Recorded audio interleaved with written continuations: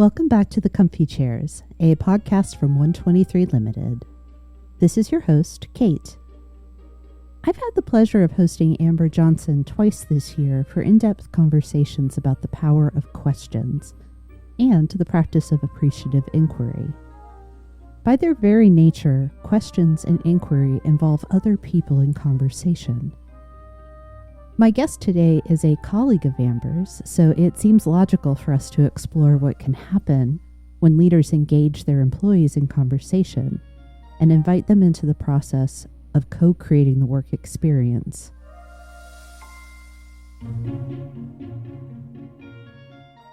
Patrick, thank you for joining me in the Comfy Chairs. I want to give you the opportunity to introduce yourself before we dive into our conversation.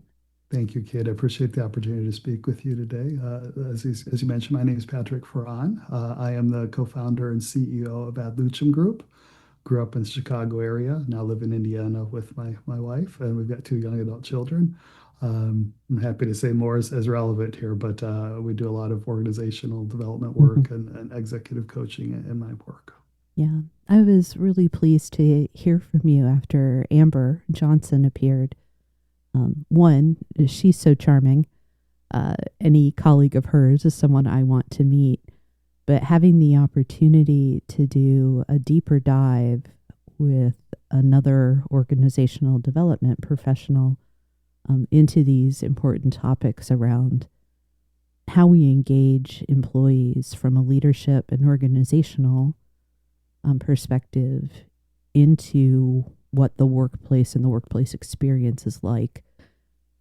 It's always timely in my mind, but I feel with so many of the headlines about return to work, what I can only call the farce of the idea of quiet quitting or any of those other fads that are out there, I think having a conversation about how do we have the conversation about work is very important right now, particularly as we come to the end of what I know for a lot of people has felt like a really turbulent year, professionally and personally.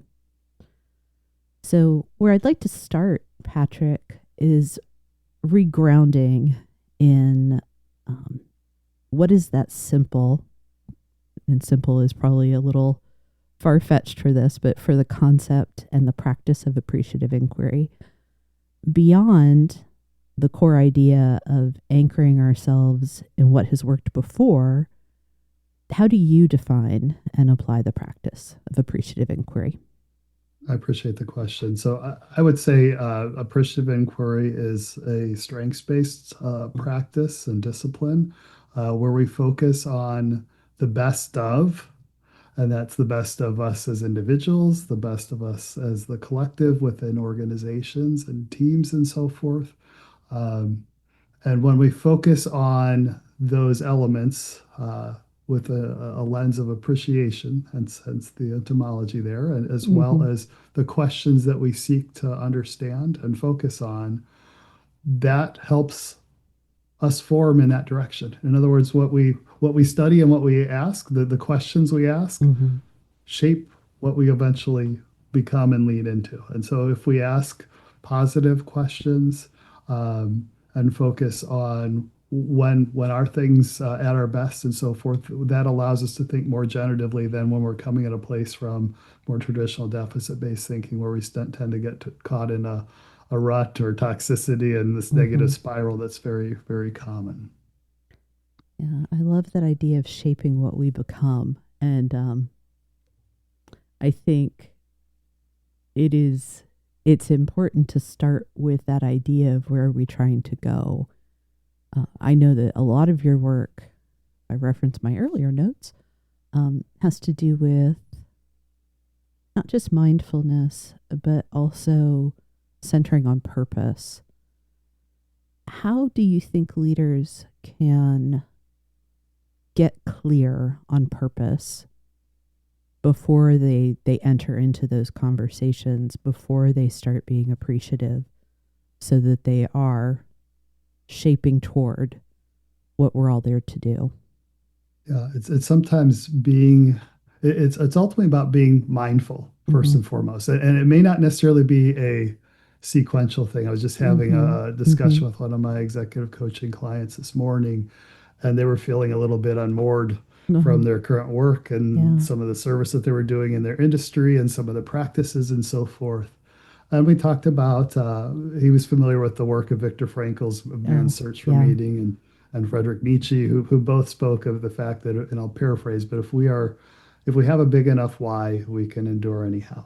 Mm-hmm. Uh, and for those who may not be familiar, Frankl researched Auschwitz survivors in the Holocaust and found that folks that really were clear on what they were living for and what was waiting for them outside had a higher degree of survival coming out of that because they were centered in their purpose. And so there's some powerful implications from that research, Mm-hmm. from decades of research, really.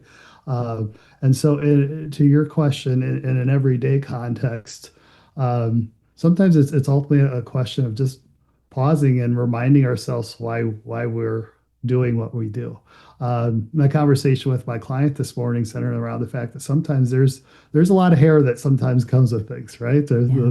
There's going to be in important work we're doing in my client's field. He's in a medical Okay. niche, and we talked about the fact why he originally got into that field. Yeah. It's to save lives and impact lives, right? But he was frustrated with some of the politics that he has to contend with. He's frustrated with some of what he perceived as organizational greed, for example, and that was wearing Yeah. on him, right? And so when you can center on your purpose, that can allow us to tie it back to persevere core. If we're really focused on what it is we're doing and why we're doing it, that can help us deal with and sometimes, you know, create a little bit of a shield or a buffer to those things that may come along, the cost of doing business, if you will, right? Mm-hmm. So there are some inherent things within industry organizations or just those it is what it is kinds of things. But the way we deal with those doesn't necessarily need to succumb to those pressures. And so, if we can center on our purpose, that can be a really powerful antidote um, towards um, towards combating some of Mm-hmm. those frustrations, if you will. Mm-hmm. That example with your client, it's it's even a step beyond centering on purpose. It's recentering. I think it's Exactly. important for us to acknowledge how iterative um, all of this is. The appreciative inquiry, focusing on purpose, searching for meaning. It's not one and done. Correct. And recognizing that that purpose can evolve over time as well. And that as we are looking back in order to create whatever is new, we'll have more and more data and hopefully more and more success and wins and good things to build on. So it's this very you use the term generative thinking. It's also very evolutionary and Hmm. revolutionary, and it's about continually bringing forward what matters and where we have been our best Right. as well. Now, you mentioned you do executive coaching.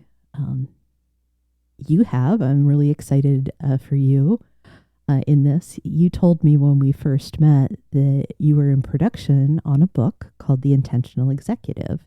Mhm. And we'll have some time because I do want to hear more about the book itself. But that idea of intentionality, I think, is central to our conversation today because co creation, our topic, it does require a leader to proceed with intent and for clarity and with clarity. So, what I'd like us to move our conversation toward is this idea of kind of what is co creation? Why does it, I'll be bold and use the word demand, intentionality? Um, and then I'll reiterate this, not to worry, but what are the mindsets that will support a leader in those efforts?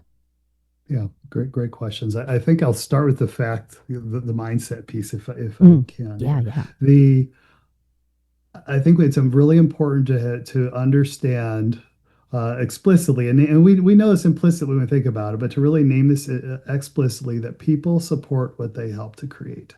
how many times in life, from early childhood, when mom or dad says it's time to go to bed and we're like, no, we throw the tantrums and so forth, right? But if the question gets reframed to what book would you like to read before we go to bed, right? I'm honoring some agency with the Hmm. person. I'm inviting them into that. We're co-creating this bedtime ritual together instead of me mandating this is the way it's going to be, right? And the reality is we don't outgrow that innate desire that we had as No. children to have agency, to have voice and input.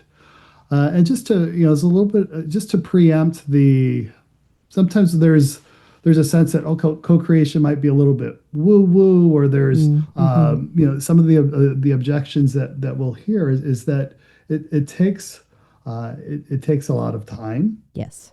And the reality is, in my experience, is if you don't take that time up front. You pay for it on the back end with Mhm. cleanup on aisle 7, if you will, right? I love And that. so when you invite voice, it's not to suggest that everything is going to be a democracy necessarily, right? But when you allow appropriate opportunities for people to express themselves, provide input to processes, input to meetings, input to the way they do the work, et cetera, that can manifest in any number of ways across a broad continuum of practices.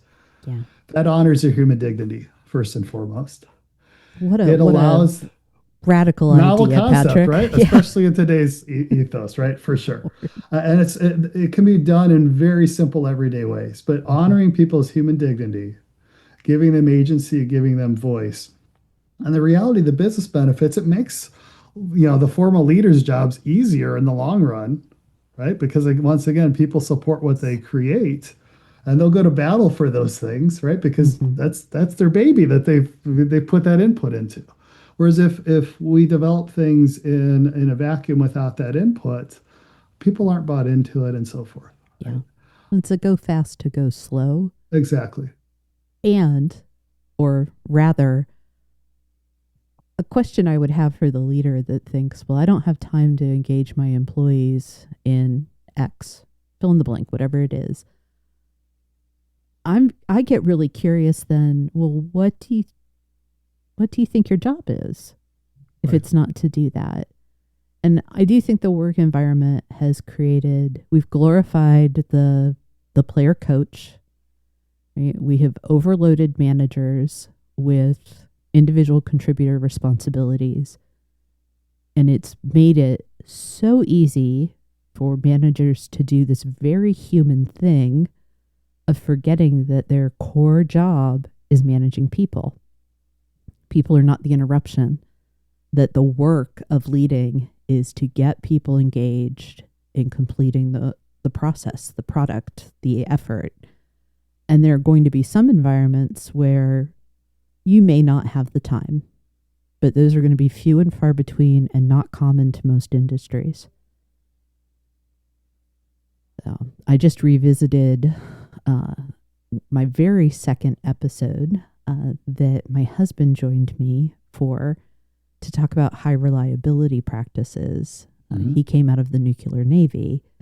There are times in settings like that, healthcare, aviation, uh, sometimes like construction and other things where we are talking about, human life, where maybe we don't have the opportunity to really like dig into the how are we all going to do this. Absolutely. If my plane's going down, I want the pilot to take charge and get us there. Right. Exactly. Exactly. But So, again, that's few and far between, right. and it's not every industry. So I think one of the mindsets I would uh, advocate for, that's the word, advocate for, is being humble about the nature of your work. So, back to you, Yeah. sir. And I'll add that, to that when we have that humility as leaders, that we don't have all the answers, it's liberating, So liberating. right? Instead of putting that pressure that many of us do, to invite folks in and just acknowledge that's a great question. I have no idea. Let's figure it out. What do you think? Hmm. Right? It's one of the simple everyday things we can do to invite co-creation is, instead of presenting a solution, present the challenge and invite input. Yeah. invite their perspective. Yeah. It's such a simple but overlooked piece, and we often tend to solve for folks, and that's we derive, take away their agency when we do Hmm. that. So, And the irony is, if the roles were reversed, the discomfort, the anger, the resentment that those leaders would feel is equal to what their employees experience. for sure. Yeah. You're Let's not helping either party out. No, definitely not. I'd like to back up just a little bit Mm-hmm. and get kind of nuts and bolts, very basic, and define the concept of co-creation. Mm-hmm. It seems evident just in the word itself: co, multiple people, creation, making something. But if you could help contextualize that, I think that'd be really useful at this stage of the conversation.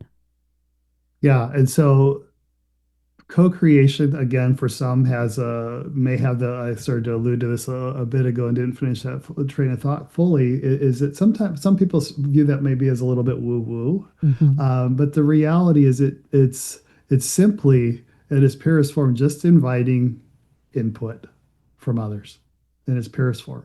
And that can manifest in any number of ways, right? I mentioned one manifestation was presenting the challenge and not the solution, and inviting, right? Asking for perspectives before sharing yours, summarizing what you hear before responding.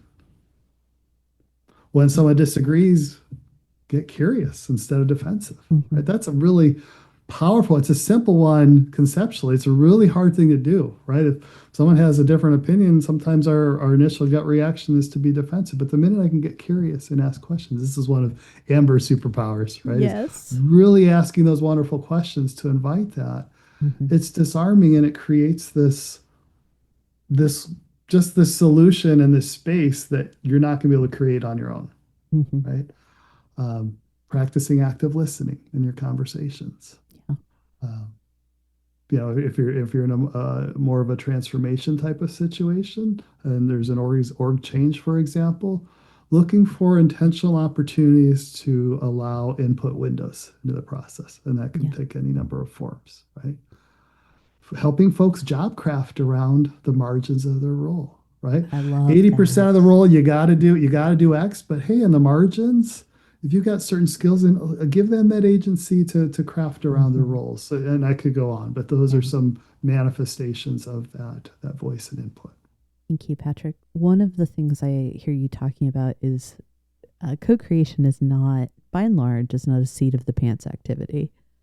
And obviously, it's one of those, well, yes, Kate, of course, because we're talking about intent. But I think what leaders will find is if they front load some effort, and I'm not talking about months and months, but if you take an hour before a meeting, a few days before a meeting, and you think through where within, say, this change that's coming, can my people have a say? Let me get really clear about where we have flexibility and where we have to follow orders, if you will. Mm-hmm. I like to talk about kind of judgment with asking about where do people have freedom and where do they need to comply, essentially. It's like, I also have a healthcare background. So one of the Mm-hmm. easiest things in talking about sort of broad changes a lot of times was for us to talk about what dress code looked like. Mm-hmm. If everyone has to wear closed-toed shoes, well, that's where your freedom kind of ends. You can't wear open-toed shoes because there is a rationale for it. It is for your safety. It is Mm-hmm. for reduction of infection possibilities. But you have freedom in the type of closed-toed shoes that you wear. Mm-hmm. I'm not going to dictate color. I'm not going to dictate brand to you. So work within these boundaries and have choice then. And I think that's the effort that I want to see intentional leaders make during change, is get really clear for people, not just the you have to do things, but here are the bounds of your agency. Agreed. to use your language.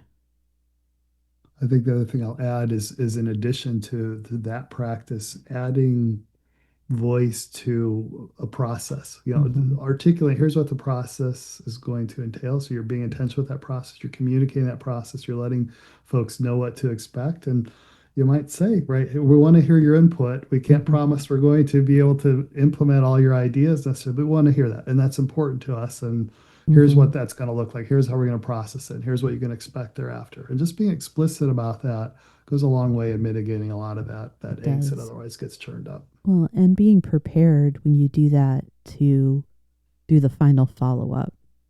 We kind of forget sometimes. I know that I have. I have been guilty of this, of asking for the input, taking what I can on board, having to set the rest aside, and then not. I know this is a bit of a cliche. It's kind of business jargon, but not closing the loop Mm-hmm. to say let's come back and I will tell you what's happened as a result of your input, and I will give you what rationale I can for why Mm-hmm. the other has not been taken on board. It I know a lot of leaders, again, they'll have the resistance to that because they believe it's time consuming. But the time that you spend, the minutes that you spend there, it gains you time across months, if not years, of people Right. resisting whatever the new or different thing is. If you're lucky, they resist, right? And Yeah. if you're not lucky, they'll just leave the organization fed up, right? And then you got to Exactly. replace it, right? So it'll crop its head, and you'll pay for it one way or the other. Hmm. So if you can pay for it on the front end and invest it in a way that truly is going to sow seeds that are going to feel better ultimately for everyone, why wouldn't you want to do that? Right? Precisely. Precisely. So you have um, totally gotten ahead of me in some of I the. apologize for Oh that. no, I love Got it. us I off script absolutely here. love it because one of the things I wanted us to discuss was how co-creation can appear time consuming. Uh-huh. And I'm curious if you think there are any reasonable alternatives to co-creation out in the world.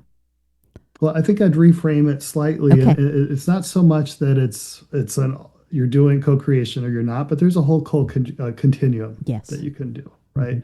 And so thinking about what's appropriate on the continuum, I noted a few sort of example behaviors. Some of those are very simple things you can just do in everyday conversation, right? Just Mm-hmm. becomes part of your normal practice, right? And that once you habitualize those kinds Mm-hmm. of practices, it doesn't take that much to maintain them and invite them, right? So the investment of time for that, you're gonna get again to your point. Here's the jargon. You're gonna get the ROI on that pretty quickly, right? If Yes. you adopt those habits. Now, other things may be much more involved or extensive if you're going through a significant transformation type of practice, for instance. Um, but I encourage my clients not to think of them as binary either or decisions, but think about Thank you. where can you insert agency and voice? What can that look like? What's something that you feel comfortable with under the constraints that you have here? What are those constraints, et cetera? And then that just evokes more generative conversations than thinking, well, I can't allow my folks to have input on X decision Mm-hmm. because rather than fill in the blank, right? Yeah. Just asking those questions in and of themselves creates the seeds for a better solution that you can ultimately come Yeah. up with. I like that because it reinforces that idea that this is not one and done. It is iterative. And in many, not all, but in many circumstances, the door for co creation can remain open. It's possible to revisit decisions that have been made in the past. Um, Say something like, and this is just, I like dress codes because they're universal, but they're also kind of low stakes. Mm-hmm. So we all experience it and it doesn't necessarily cut to the core of any one person's identity or experience. And say you make a decision about dress code, you do dictate that everybody has to have blue shoes. Well, maybe over time you realize that was unnecessary. There was no business rationale for it.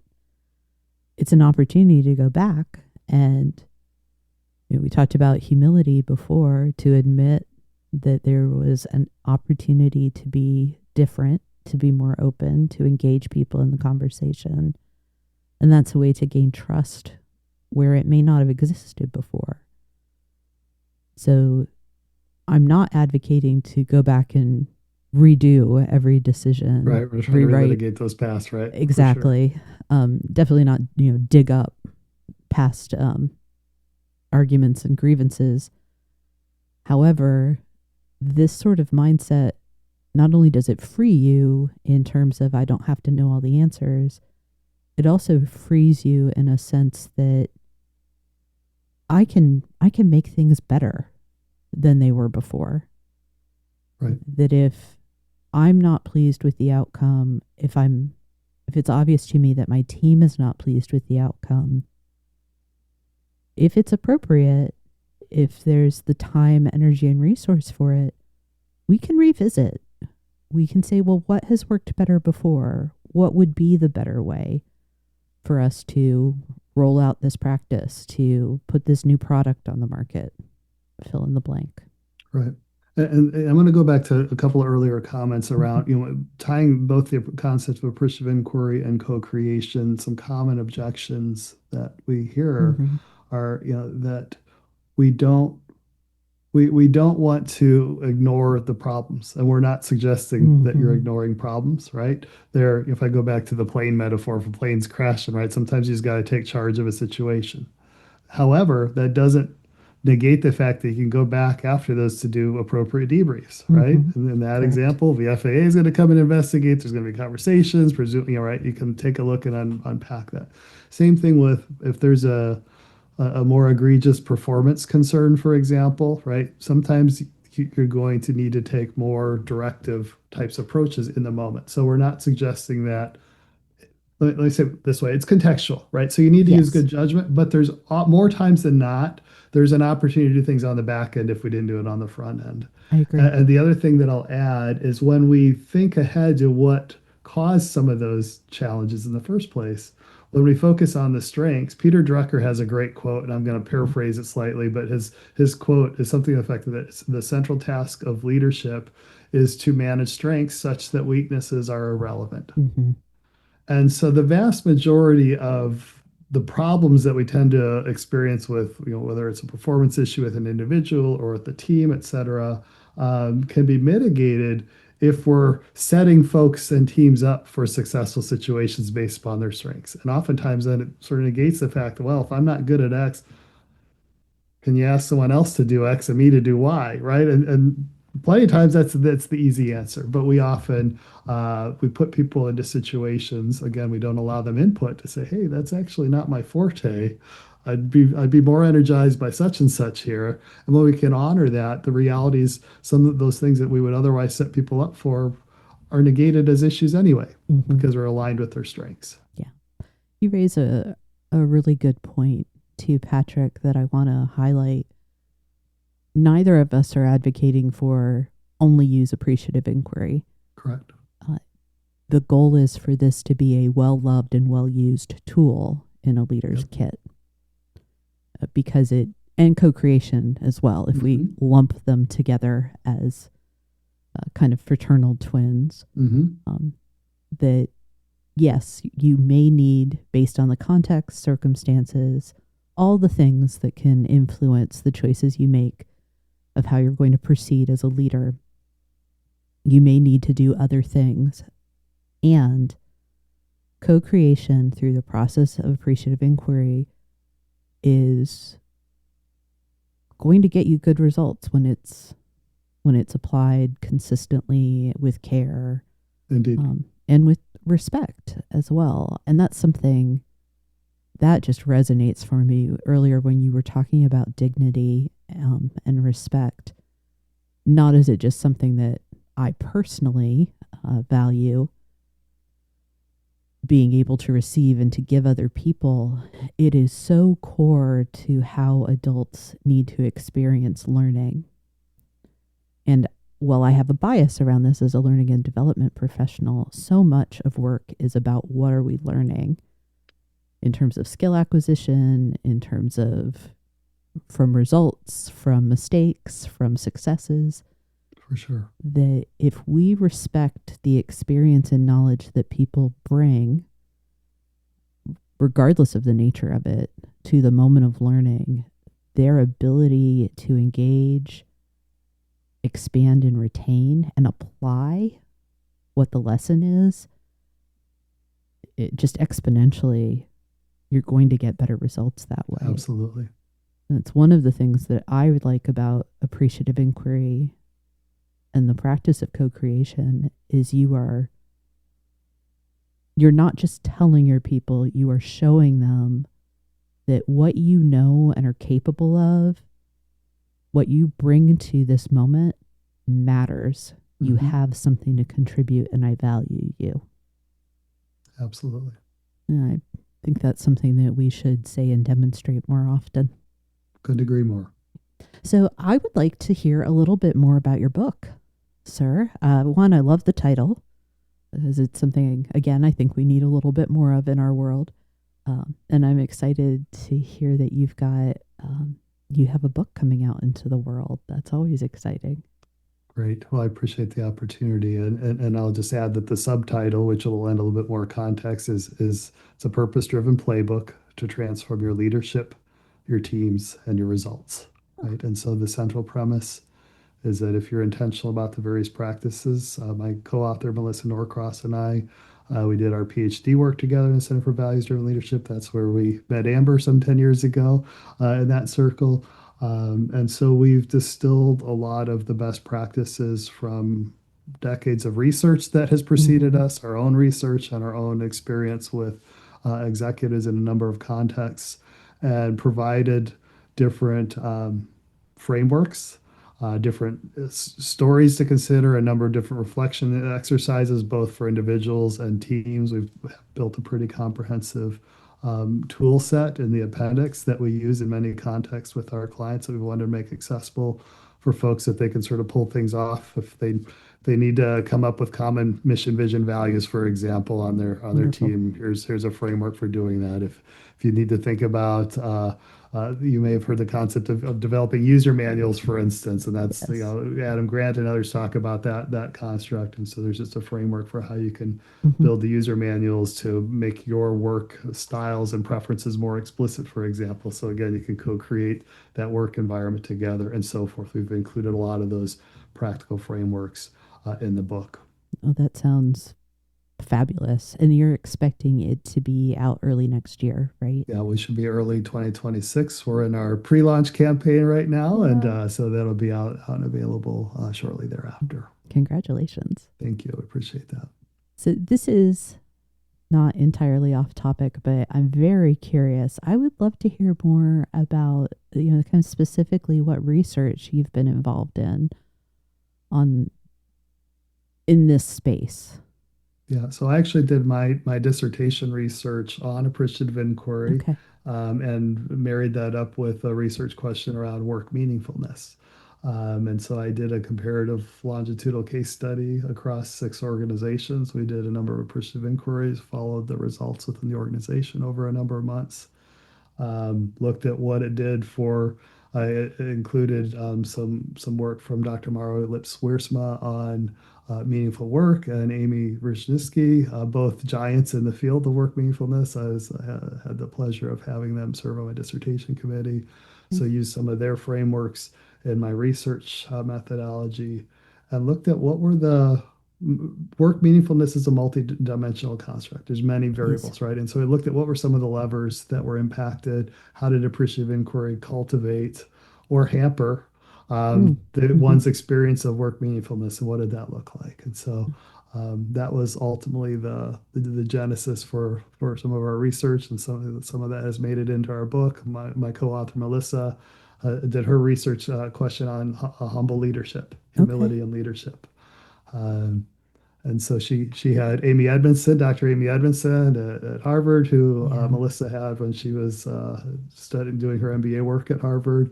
Agreed to serve on her dissertation committee, and Amy, as you know, may know, has done. She's Fearless created the organization. concept on psychological safety, for Yep. example, and so forth. So to be able to rub shoulders with some of the giants in the field, it's humbling to say the least. Aw. To have that firsthand research exposure in our programs was phenomenal. I know Amber did her research on global leadership and so forth. So Yeah. it's just to be around like-minded individuals exploring these various facets. Our program was centered on values-driven leadership, Hmm. corporate social responsibility, sustainability, tenants, and we did a number of projects and things. And so a lot of those references and resources that we were exposed to made their way in some form or fashion into the book. So I like the mention of values in this space because I think so. Very early in my conversations with my guests, one of the things that I had a light bulb moment about is that not every leader, and this surprised me in the moment, I feel kind of naive for admitting it, that not every leader has defined for themselves what their values are. That we tend correct. to kind of be like, well, they're corporate values. I don't disagree If with we any of those. if we can even name the corporate Yes, values, right? That's right. Right. There is that. But, I don't really disagree with any of them, so that's fine. I'll work within those. But I think one of the things that's so important as a foundation, if you are going to be an appreciative, generative, humble, name all the things, all the good ways to talk about leadership, if you're going to proceed in that fashion, starting with a foundation of I know what I value, I know it's important to me, because then you can look at not just appreciative inquiry, but every practice, all the tools in your kit to say, do these align with my values? I personally value humor, not Mhm. just, oh, let's have a good laugh, but just recognizing that good humor, kind of equanimity, will go a very far way in making everyone's life more pleasant. So, through that lens, does this match? Does this fit within my values? I would say yes, because it's talking about what has worked, and there is a sense of good humor with that. Um, and getting to celebrate and enjoy what has worked well all fits.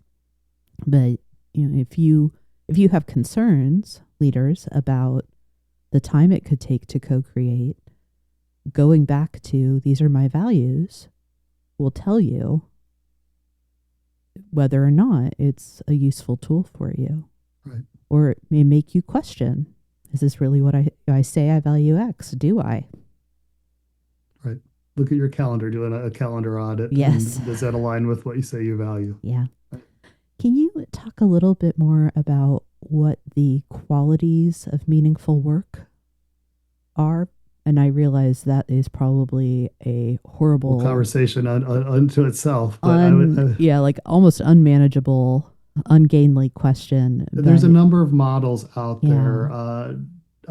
Dr. Lipswiersma's model, she talks about a number of dimensions. And one, she looks at she's got a visual, or she looks at what's in the center, which is your inspiration or your purpose.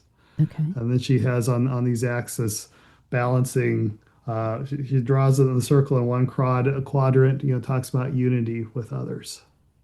Another quadrant is your ability to express your full potential. Okay. And the other quadrant is your integrity with self, the extent that I can be Mm-hmm. myself at work, for instance, without having to wear these false facades or masks.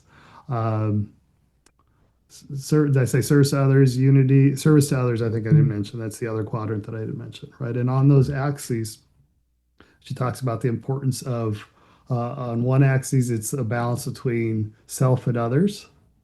And then on the other axis, it's a balance between being and doing, right? And when I was when I first got introduced to this concept in one of her workshops, she talked about yoga is great, right? Mm-hmm. As for instance, but if all you did all day long was yoga, that'd be a pretty imbalanced life, right? You're focused on purely on the self and the inner and not on the outer, right? Mm-hmm. And so for each one of us to find meaning, and this will be different per person. It's episodic, as you alluded to earlier. It's not like you suddenly arrive at work meaningfulness and that's Mm-hmm. it. You've achieved it, right? Yeah. It's an equilibrium that you're constantly working to balance, and so it's balancing all those areas for yourself.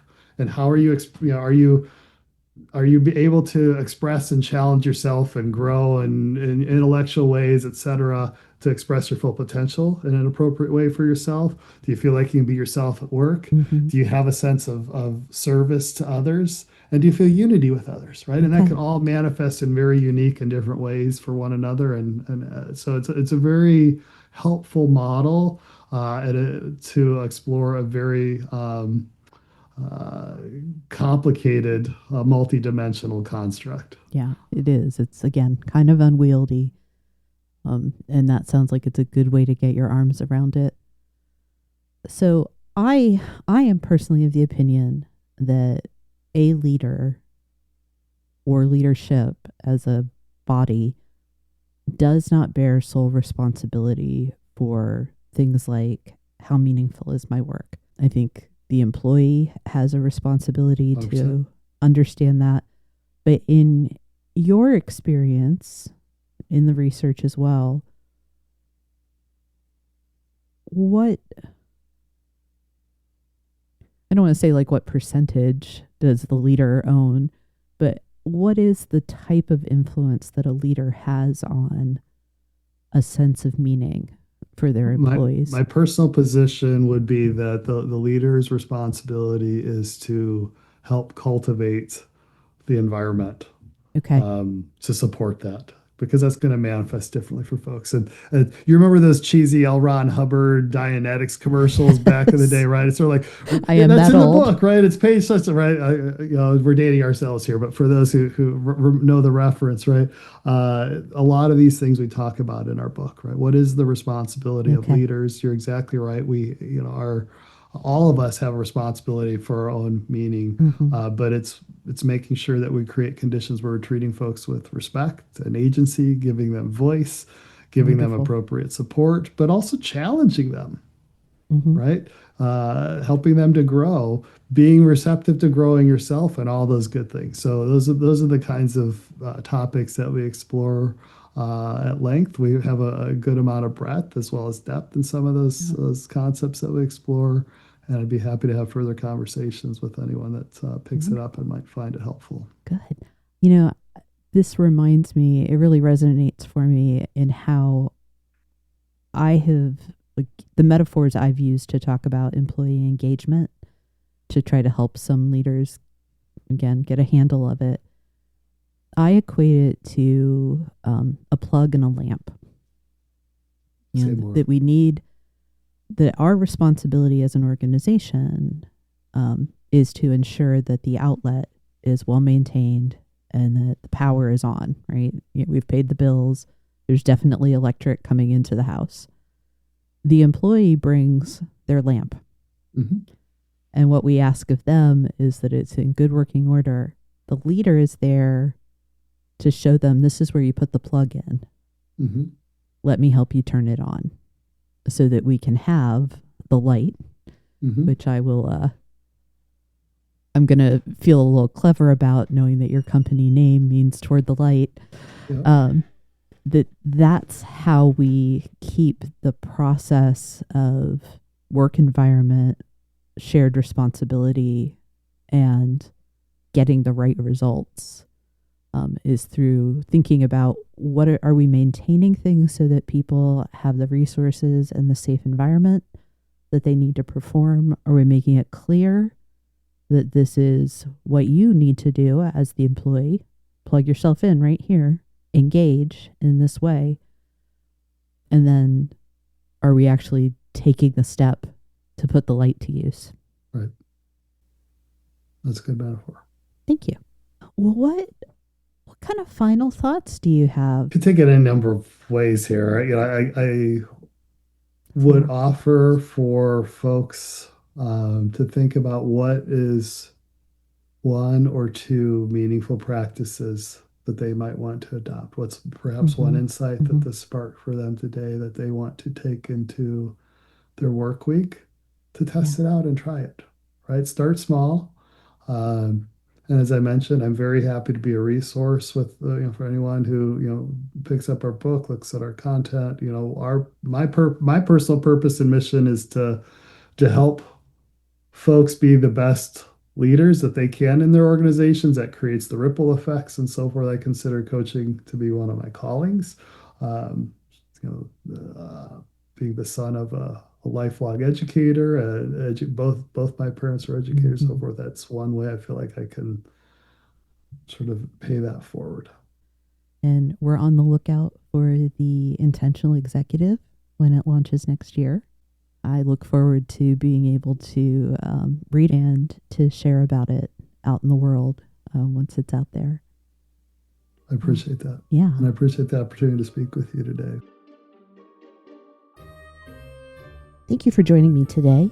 If this conversation sparks something useful, please follow the Comfy Chairs and leave a review.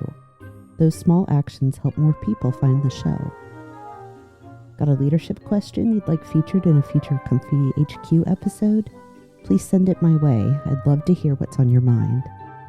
And when you're ready to move from ideas into action, 123 Limited helps leaders build stronger teams, sharper strategies, and better talent plans. Learn more at 123limited.com. That's ONE23LTD.com. Thanks for listening.